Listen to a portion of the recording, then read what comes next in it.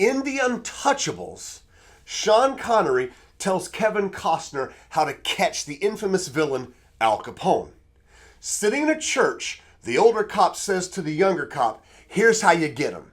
He pulls a knife, you pull a gun. He sends one of yours to the hospital, you send one of his to the morgue. That's the Chicago way." Well, that might be the Chicago way, but it's definitely not Jesus' way.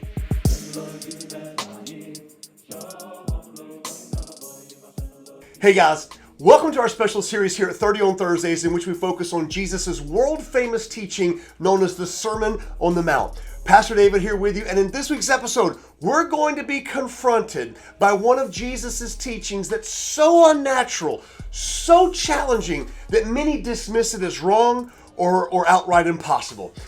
Yeah, this is going to be a tough one, but before we just write Jesus off, let's at least hear him out.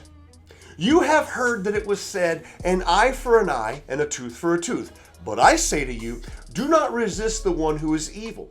But if anyone slaps you on the right cheek, turn to him the other also. And if anyone would sue you and take your tunic, let him have your cloak as well. And if anyone forces you to go 1 mile, go with him 2 miles. Give to the one who begs from you, and do not refuse the one who would borrow from you. All right, let's just be honest with ourselves for a second, right? That sounds completely foreign, doesn't it? I mean, what Jesus tells us to do is the exact opposite of what our knee-jerk reaction would be in that situation, any of those situations. The disciples sitting on the side of that mountain 2,000 years ago would have considered this teaching by Jesus just as strange as we do today. And that's because they had been taught the exact opposite by those rabbis that we've been talking about for the past few weeks.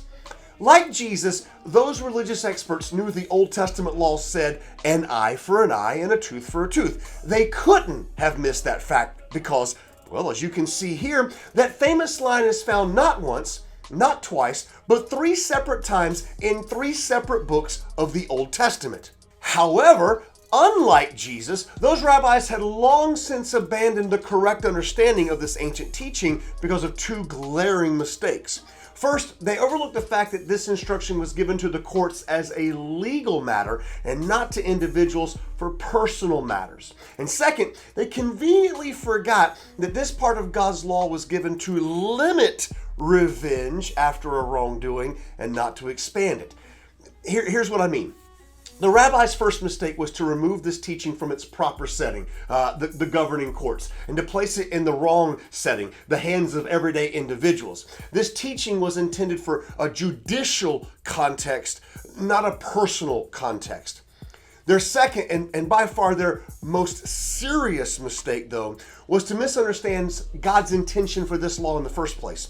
See, the rabbis interpreted an eye for an eye as God's permission to just go wild, wild west on each other. But that expressly betrays God's desire. When he told Moses an eye for an eye, God was intentionally limiting revenge after wrongdoings so that the punishment actually fit the crime. In other words, God said an eye for an eye so we wouldn't take a hand for a finger. Because that's what we do, right? I mean, just think about it, okay? If this kid takes a piece of candy from that kid, what does that kid do? He immediately just grabs a fistful of candy from the first kid. And adults do the same thing, right? I mean, this politician insults that politician, so that politician releases a torrent of lies against his opponent.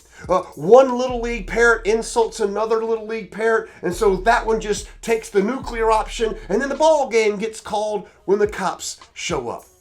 God didn't say an eye for an eye so people could run buck wild in each other.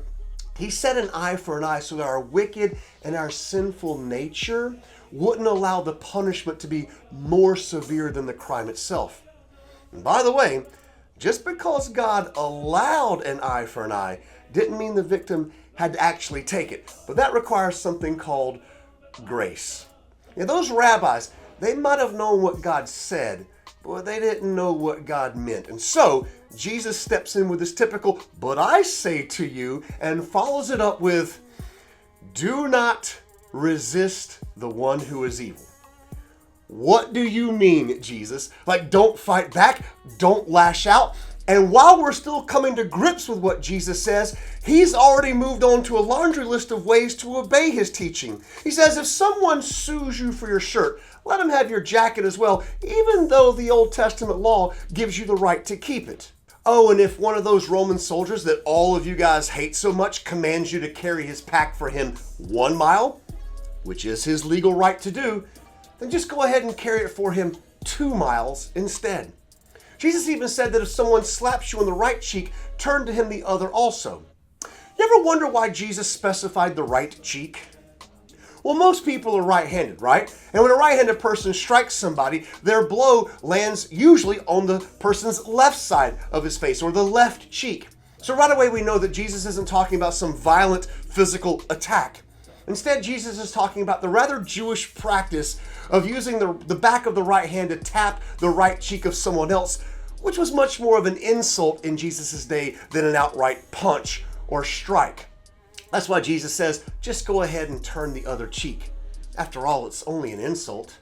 Guys, in a nutshell, Jesus was saying revenge is one way of dealing with wrongs, but it ain't the best way. But I do want to give you one note of caution in applying this teaching from Jesus, okay? He's talking about people here who insult you, or people who want a few of your articles of clothing, or who expect you to inconvenience yourself on their behalf. That's why he simply says, don't resist them. It's not worth it. Besides, if we've learned anything from his lesson on anger a few weeks ago, is that we'll probably just make things worse by unleashing our fury. However, all bets are off in the case of violence or injustice. Remember, the guy who talks here about turning the other cheek is the same guy who flipped over tables, fashioned a whip, and used it to drive out a bunch of hooligans from the temple. And then this same guy is the one who does turn the other cheek when it is violence that he faces. Jesus would be betrayed by one of his friends listening to him on the mountain that day. Another man sitting there would deny even knowing him. Jesus would be arrested. He would be betrayed. He would be condemned. He would be beaten. He would be ultimately murdered, and without ever once arguing or declaring his rights or objecting or retaliating. Rest assured, my friends, Jesus did what he commands us to do. And so with that said, let's close with a couple of crucial takeaways from this heavy-hitting section from Jesus' Sermon on the Mount. First and foremost, resist the urge to get even. Now, I know that's tough, but it is possible. We know that because Jesus has already led us by his example. So as unnatural, as difficult as this might be, resist the urge to lash out in revenge. And on top of that, respond to wrongs with grace. That's ultimately what Jesus was talking about when he mentioned turning the other cheek, or giving up your jacket as well, or walking 2 miles instead of 1. This definitely isn't easy. But if you can summon the faith to avoid revenge when you've been hurt, then you can probably muster some grace as well. All right, friends, I told you that this was going to be a challenging teaching, but just wait until you see what Jesus follows it up with in next week's episode, okay? Whoa. But let's not get ahead of ourselves. Let's deal with what Jesus has just taught us. And a great way to do that is by checking out the short Bible study that we've put together for you and your loved ones. You can find it in the description box down beneath this video. So take some time to move through this challenging teaching with those that you love, and we'll meet you right back here for the very next part of Jesus' Sermon on the Mount.